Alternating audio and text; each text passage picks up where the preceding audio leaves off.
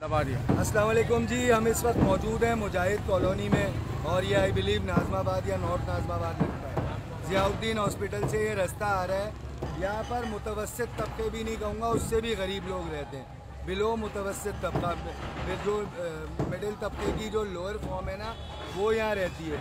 अब मेरा supreme court से ये सिर्फ इल्तमास है, उनसे पूछना ये कि सर जी, दुनिया जहाँ में जब लॉ एंड ऑर्डर इन्फोर्स किया जाता है तो वो ऊपर से नीचे की तरफ आता है।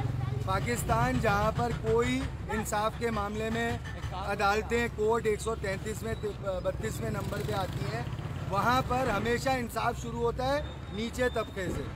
ऊपर वाला अय्याशी कर रहा है, बिलावल हाउस की गलियाँ बंद हैं, फलाने हाउस की, फलाने बड़े सियासतदान की गली में कोई सिटीज़न आम घुस नहीं सकता। तो पूछना सिर्फ ये कि हमेशा गरीब की बर्बादी पहले क्यों शुरू होती है। अभी मेरे सराउंडिंग में आप उस तरफ दिखाएं, आप उस तरफ दिखाएं, ये मैं दिखाता हूँ आपको। ये बेचारे, ये इनका क्या लेवल है।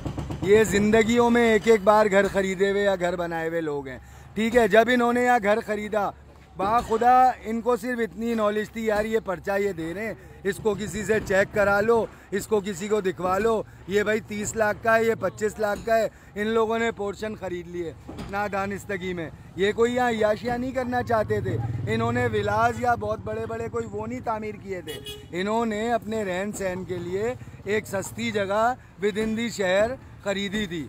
मैं ये मानता हूँ कि इनकी भी गलती है, ऐसा नहीं है कि इनकी कोई गलती नहीं है, लेकिन क्या इनकी इतनी बड़ी गलती है जो हमारे सियासतदान और ताकतवर लोगों की नहीं है। बात सारी ये है, पॉइंट आपसे उठाने का ये है कि इन गरीबों पे पहले इंसाफ का उसूल कर देना वो मुनासिब है, या पहले ऊपर से शुरू किया जाना चाहिए। जो ताकतवर चीज़ें बैठी हुई हैं, जो न्यूप्लेक्स चला रही हैं, जो बड़े बड़े बैंक्वेट चला रही हैं, उनसे नहीं शुरू होना चाहिए था ये इंसाफ। ये गलियों में क्या इंसाफ दिखा रहे हैं यार, बड़े बड़े रोडों पे दिखाए ना इंसाफ, जहाँ पर इंसाफ आपका शिद्दत से वेट कर रहा है। आप भाई कुछ अगर आप बोलना चाहें, आप इलाका मकीन है, कोई आवाज़ आप उठाना चाहें, कोई आपको कुछ थोड़ी कर लेगा। उर्दू स्पीकिंग है आप, ओ भाई ये कराची का उर्दू स्पीकिंग बंदा है।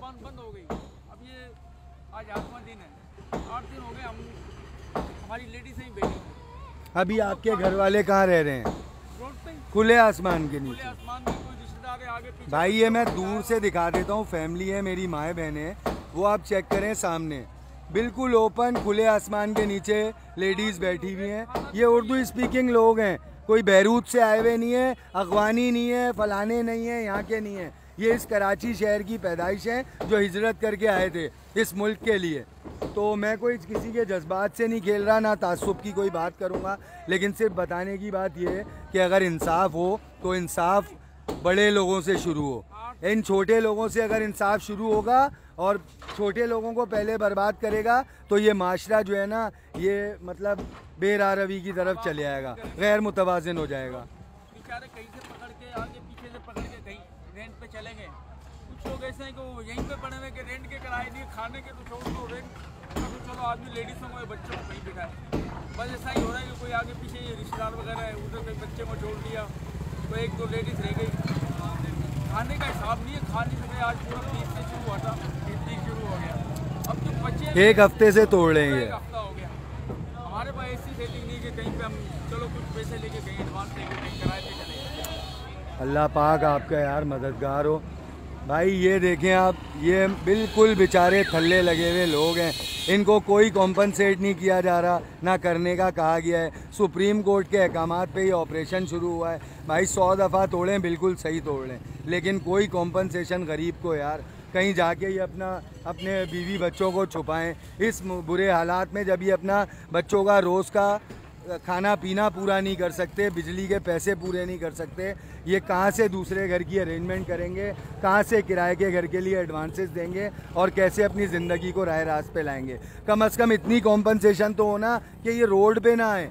अल्लाह का वास्ता इनको कोई ऐसा जगह, कोई ऐसी चार दीवारी में तो रखने का बंदोबस्त किया जाता कि इनकी इज्जतें बहाल रहती। इस तरह से कौन करता है यार?